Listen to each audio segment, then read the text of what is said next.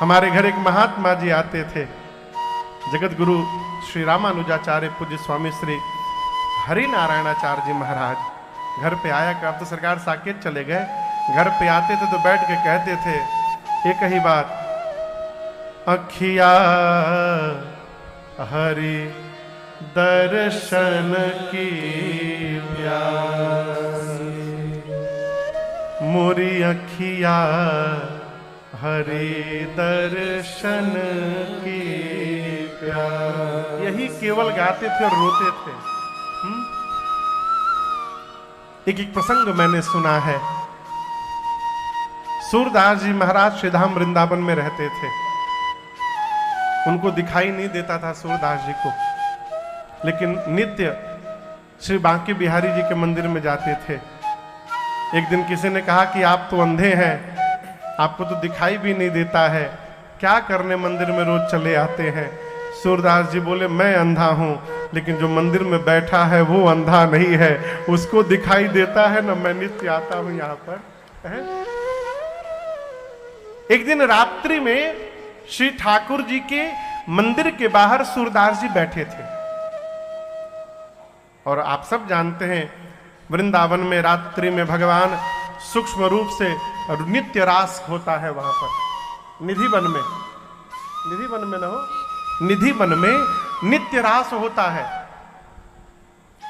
तो श्री सूरदास जी भगवान श्री ठाकुर जी के मंदिर के बाहर बैठे थे और रात्रि में, मध्य रात्रि में मंदिर का गेट खुला और उस गेट से युगल सरकार बाहर निकले। प्रभु मैया के साथ मां राधा का हाथ पकड़े कन्हैया बाहर निकले, पायल बजा। सूरदास जी श्री किशोरी जी के चरण को पकड़ लिए। ये लोग वेश बदल के जा रहे थे। मैया बोली, बाबा अरे काहे पांव पकड़ लिए बाबा, पांव छोड़ो, पांव छोड़ो। कन्हैया भी बोले, पांव छोड़िए बाबा, पांव क्यों पकड़ लिए? सूरदास जी बोले, बड़ी मुश्किल में तो पकड़ में आए हो और कह रहे हो छोड़ दो, कैसे छोड़ दो? अंत में ठाकुर जी ने पूछा, अच्छा आप चाहते क्या हैं? सूरदास जी बोले, प्रभु ये नेत्रहीन आज आप युगल सरकार का दर्शन करना चाहता है, हम आपको देखना चाहते हैं प्रभु। श्री ठाकुर जी ने कृपा करुणा की वर्षा की, ज्योति प्रकट हुआ और वो सूरदास जी के नेत्र में प्रवेश किया और जो सूरदास जी को दिखाई नहीं देता था उनकी आंखें आ गई, आंखें आई, खूब दर्शन किए ठाकुर जी का और मैया का। दर्शन जब प्राप्त हो गया, भगवान चलने लगे मैया के साथ, तो दौड़ के फिर पांव पकड़ लिए। भगवान पूछे, अब क्या हो गया? आपके नेत्र नहीं थे, नेत्र मिल गया, दर्शन मिल गया, अब क्या चाहिए? सूरदास जी बोले, प्रभु एक और कृपा कर दीजिए। क्या कर दूं?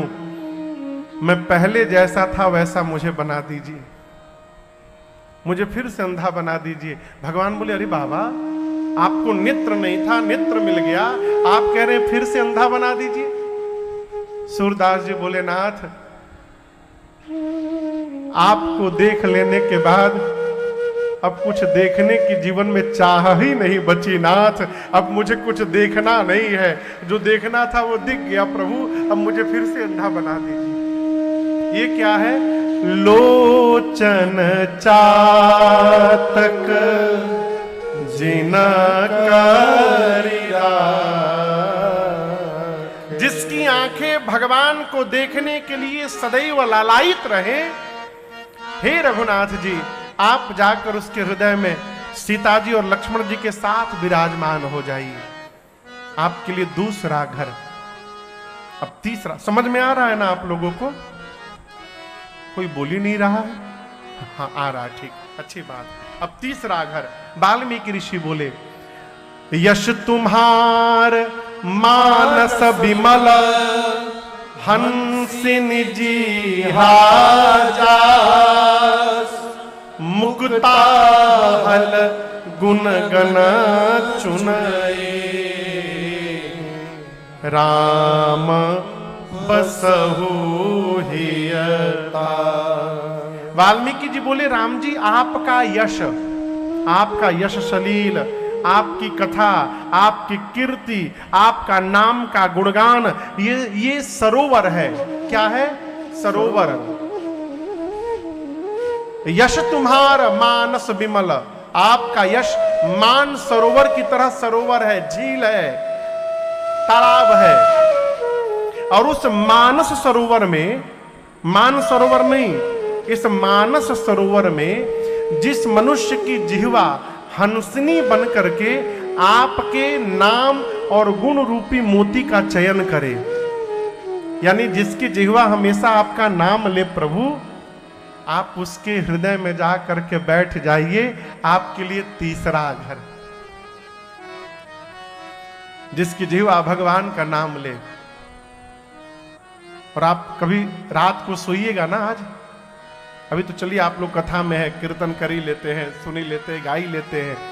कथा के बाद 1-1.5 महीने बाद एक दिन रात को जब सोने जाइएगा, तो सोने से पहले बिस्तर पर लेट करके आंख बंद करके ये सोचिएगा कि जगा हूं तब से लेकर अब तक, आज दिन में क्या क्या बोला हूं और उस बोलने में कितनी बार भगवान का नाम मुख से निकला है। आदमी क्या क्या नहीं बोलता, लेकिन जो बोलना है वो नहीं बोलता है। बकर बकर बकर बकर। सबसे कठिन है भगवत नाम का उच्चारण होना। और इसको सरलतम मैं बनाऊं, कैसे सरल होगा कहिए? सबसे सरल उपाय बताएं भगवान का नाम लेने का। घर के बच्चों का नाम भले कुछ भी हो, टिंकू पिंकू चिंकू भले जो मन करे रखिए, पुकार का नाम भगवान के नाम पे रख लीजिए। हम करते उल्टा है, नाम रखते हैं भगवान का नाम, अब पुकारने का दूसरा नाम रख लेते हैं। नाम रखे पुरुषोत्तम, पुरुषोत्तम बन गए पुल्लू। कहां जीवन भर पुरुषोत्तम बोलना था, जीवन भर पुल्लू पुल्लू बोलते रह गए। शालीग्राम नाम रखे, उसको शल्लू शल्लू बोलते रह गए। उल्टा करते हैं। नाम कुछ भी रखिए, यदि अच्छा तो रहेगा भगवान का नाम रखिए, लेकिन आपको यूनिक ही रखना है तो यूनिक रखिए, लेकिन पुकार का नाम भगवान का नाम रखिए। क्यों? इसी बहाने जितनी बार घर में बच्चों को बुलाया जाएगा, उतनी बार मुख से भगवत नाम का उच्चारण होता रहेगा। ये सबसे सरलतम उपाय है। आप जहां बैठते हैं, घर में, ऑफिस में, ड्राइंग में, वहां चारों तरफ भगवान का नाम लिख करके टंगवा दीजिए। नाम लिख करके जब जब आंख जाएगी भगवान का नाम आंखें पढ़ लिया करेंगी। टेबल पर भगवान का नाम, यहां देखिए व्यासपीठ पर आगे क्या लिखा हुआ है, जोर से बोलिए। अब जीभ से तो आज पहली बार आप पढ़े, लेकिन कथा के बीच में जब जब वहां आंख जाती होगी, जिह्वा पढ़े चाहे ना पढ़े, आंखें पढ़ लेती होंगी। ये देखने का प्रभाव है। गाड़ी खरीदे हैं, गाड़ी के पीछे टी गड्डी न लिखवाइए, शीशा के पीछे भगवान का नाम लिखवाइए। जय सिया राम लिखवाइए, राम राम लिखवाइए, मेरे राम लिखवाइए। क्यों? आपकी गाड़ी के पीछे जीवन भर जितनी गाड़ियां चलेंगी, उन गाड़ियों में जितने लोग बैठे रहेंगे, उन सभी लोगों की आंखें जब जब आपके गाड़ी के शीशे पे जाएगी, उनकी आंखें भगवान के नाम का उच्चारण करेगी और उनके पुण्य का 10% बोनस आपको प्राप्त होगा। नाम जपेगा कोई और, उसका बोनस कौन लेगा? आपकी गाड़ी के चलते आपको मिलेगा। ये भगवान के नाम लेने के सरलतम उपाय है। इसके अलावा कोई उपाय नहीं है कलिकाल में। सुख पान सकेगा जीवन भर, सुख धाम के बिना तन तर न सकेगा मूरख प्राणी राम के बिना। तन तर न सकेगा मूरख प्राणी राम के बिना। गाइए। सुख पान सकेगा जीवन भर, सुख पान सकेगा जीवन भर, सुख धाम के बिना तन तर न सकेगा मूरख प्राणी राम के बिना। तन तर न सकेगा मूरख प्राणी राम के बिना।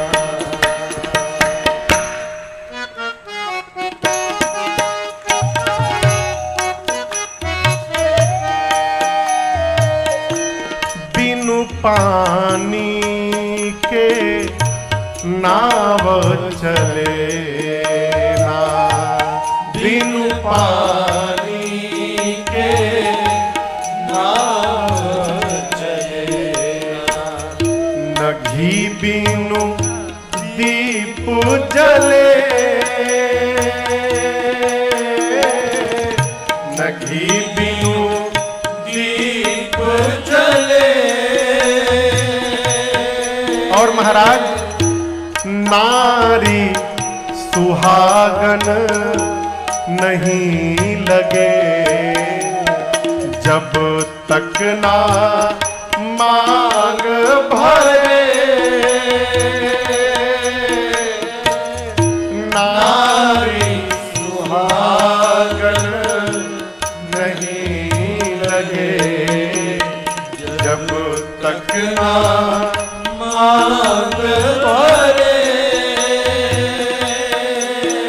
और नीलकंठ कोई हो न सका है, नीलकंठ कोई हो न सका है।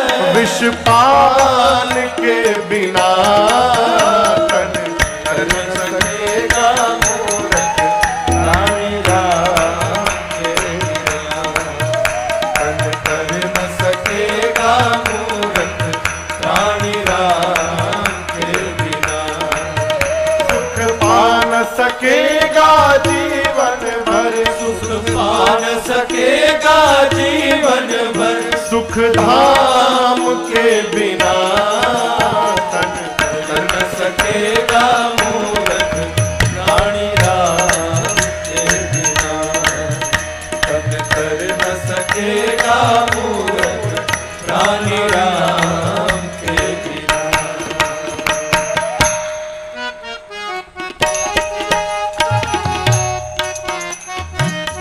आगे सुनिए। चंदन बिना ललाट न शोभे, चंदन बिना ललाट न शोभे। और योगी ज्ञान बिना,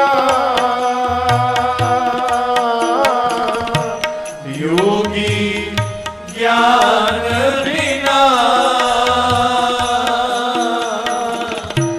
जो धनवान न शोभित हो पाता है दान बिना। जो धनवान न शोभित हो पाता है दान बिना। इस बात को याद रखिए। तीर्थ व्रत बेकार सभी है, तीर्थ व्रत बेकार सभी। कब? हरि नाम के बिना तन तर न सकेगा मूरख प्राणी राम के बिना। तन तर न सकेगा मूरख प्राणी राम के बिना। सुख पान सकेगा जीवन भर, सुख पान सकेगा जीवन भर। सुख धाम के बिना तन तर न सकेगा मूरख प्राणी राम के बिना। तन तर न सकेगा मूरख प्राणी राम के बिना। प्राणी राम के बिना, प्राणी राम के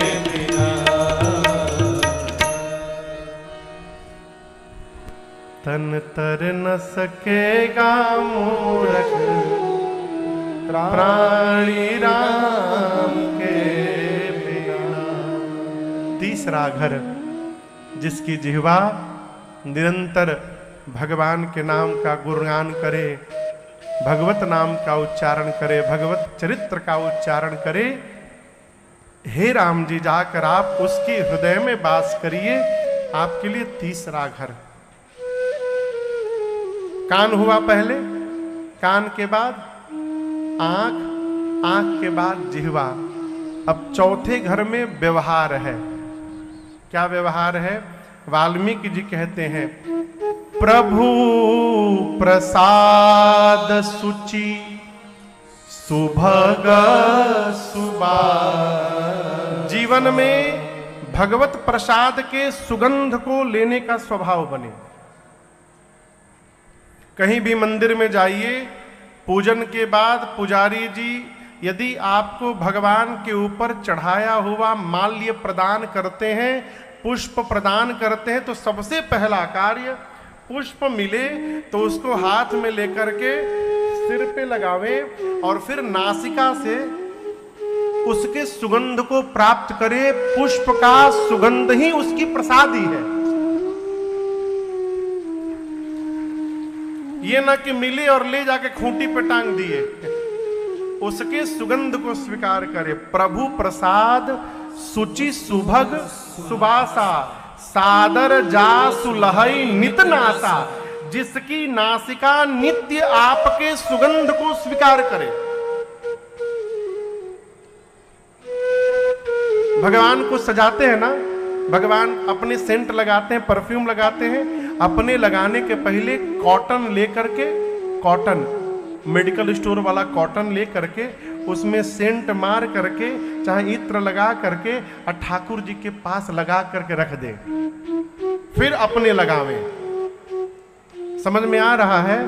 इसके बाद तुम ही निवेदित भोजन कर, आपको निवेदित करके भोजन करे।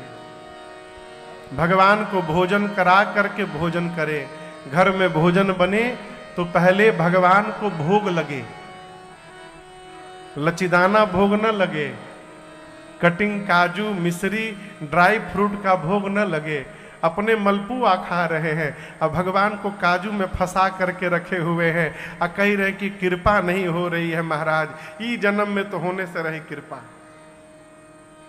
घर में भोजन बन रहा है, इस भाव से भोजन बने कि हम अपने ठाकुर जी के लिए प्रसाद निर्माण कर रहे हैं। भोजन बने खूब सुंदर थाल में, जितनी रोटी अपने खाते हैं उतनी रोटी निकालिए। कटोरी में एक सूखी सब्जी रखिए, एक गीली वाली सब्जी रखिए, दाल बना दीजिए, थोड़ा हो सके तो कुछ मीठा खीर भी बना दीजिए। जिस दिन खीर न बने उस दिन रायता बना दीजिए। सब्जियों के ऊपर, दाल के ऊपर, रायता के ऊपर थोड़ा धनिया पत्ता का गार्निशिंग कर दीजिए, ठीक ना। और उसी थाली में थोड़ा सलाद भी सुधार के रख दीजिए। बगल में वो है लौंका भी रख दीजिए। लौंका, लौंका समझते हैं? मिर्चा, मिर्चा, मिर्चा रख दीजिए। भगवान को राम रस रखिए, नमक मन करेगा कहीं मिलाने के लिए तो भगवान मिला लेंगे। 2-3 अचार रख दीजिए। पापड़ को थोड़ा फ्राई करके चपेट के पापड़ रख दीजिए। और उसके बाद खूब प्रेम से ठाकुर द्वारी मिले जाइए, कहिए प्रभु ये प्रसाद बना है आज, आप इसको भोग लगा लीजिए नाथ, तो आपका पूरा प्रसाद पूरा परिवार प्राप्त करेगा। प्रभु तुम ही निवेदित भोजन करें। लोग कहते हैं महाराज भगवान तो खाते ही नहीं। खिलाना कौन चाहता है? वो कौन खिलाना चाहता है? आज भी जो भगवान को भोजन कराना चाहता है, भगवान उसके यहां भोजन करते हैं। आप में से श्री जगन्नाथ धाम कौन कौन गया? जो गए हैं वो जानते होंगे, जो नहीं गए हैं वो जाकर जान जाएंगे। एकादशी के दिन चावल का स्पर्श भी वर्जित है। खाना तो बहुत दूर की बात, एकादशी के दिन चावल छूना भी नहीं चाहिए। और आपको जानकर हैरानी होगी, पूरे धरती पर श्री जगन्नाथ धाम एक ऐसा क्षेत्र है जहां एकादशी के दिन भी भगवान श्री जगन्नाथ जी को खिचड़ी का भोग दिया जाता है। 56 भोग बाद में बनते हैं। पुजारी जी खिचड़ी बनाने के बाद जाकर कहते हैं, ठाकुर जी एक कर्माबाई की खिचड़ी आ गई है, इसका भोग लगाइए। किसकी खिचड़ी? कर्माबाई की। कर्माबाई कौन है? वो एक माई थी। इसी कलयुग की घटना है।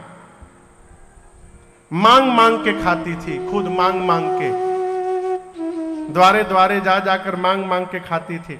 एक दिन मंदिर गई दोपहर में, तो देखी सरकार की ठाकुर जी दोपहर में भोग पा रहे हैं। पुजारी जी ने भोग लगाया था 12 बजे। कर्माबाई बोली, प्रभु 12 बज गए, अब तक आप कुछ खाए नहीं थे? ये पुजारी तो आपको भूखों मार डालेगा। एक काम करिएगा प्रभु, कल से आप सवेरे सवेरे मेरे घर आ जाइएगा। मेरे पास तो 56 भोग नहीं है, मैं खिचड़ी खिला दूंगी आपको। पेट में कुछ पड़ा रहेगा ना, उसके बाद दोपहर में खूब मालपुआ खाइएगा 56 भोग। भगवान की मूर्ति को बोल के कर्माबाई गई। हमारी आपकी दृष्टि में उन्होंने मूर्ति को बोला था, लेकिन कर्माबाई ने भगवान को बोला था। और आपको सुनकर हैरानी होगी, अगले दिन सुबह जगी, नहाई नहीं, न आंगन साफ की। उनको याद था कि भगवान को बुलाई हूं, भगवान आएंगे खिचड़ी खाने के लिए। उसी तरह उठी, बिना हाथ मुंह धोए जाके सीधे खिचड़ी बनाने लगी। खिचड़ी बना के कर्माबाई बैठी, तब तक दरवाजे पर वो साकल होता था ना, पहले साकल बजा। कर्माबाई ने जाकर गेट खोला तो बाहर 8 साल का एक बालक खड़ा था और कहा, माँ जल्दी खिला दे माँ, मुझे बहुत भूख लगी है। कन्हैया आ गए 8 साल का बालक बनके। और ये नित्य का नियम बन गया। रोज सवेरे भगवान कर्माबाई के घर खिचड़ी खाने जाते थे। उस माई का नाम कुछ और था। भगवान कन्हैया जाकर बैठ जाते थे, कहते थे, जल्दी कर्मा, जल्दी कर्मा, शीघ्र कर्मा, शीघ्र कर्मा। ये कर्मा कर्मा करते करते उनका नाम कर्माबाई हो गया। रोज भगवान उनके घर खाने जाते थे। आपको बताऊं, जब कर्माबाई संसार में नहीं रही, उसके बाद कई दिनों तक मां कर्मा के घर से सवेरे सवेरे एक बच्चे की रोने की आवाज आती थी। कई दिनों तक भगवान जाते थे खिचड़ी खाने, मां नहीं होती थी। कन्हैया बैठ के वही रोते थे घर में मां के लिए। और वही कर्माबाई की खिचड़ी आज भी भगवान जगन्नाथ जी को खिलाई जाती है। नित्य एकादशी हो चाहे कोई दिन हो, प्रभु ये कर्माबाई की खिचड़ी है, आप इसको भोग लगाइए। भगवान जितने प्रेम से 56 भोग नहीं खाते, उससे अधिक प्रेम से वो मां की खिचड़ी खाते हैं। यदि कर्माबाई की खिचड़ी खाने भगवान आ सकते हैं, तो हमारे आपके घर भोजन करने क्यों नहीं आ सकते? नहीं आ रहे हैं, इसका अर्थ है हम उस भाव से बुला ही नहीं रहे। वाल्मीकि जी कहते, प्रभु सुगंध अर्पित करके धारण करें, आपको भोग लगाकर भोजन करें।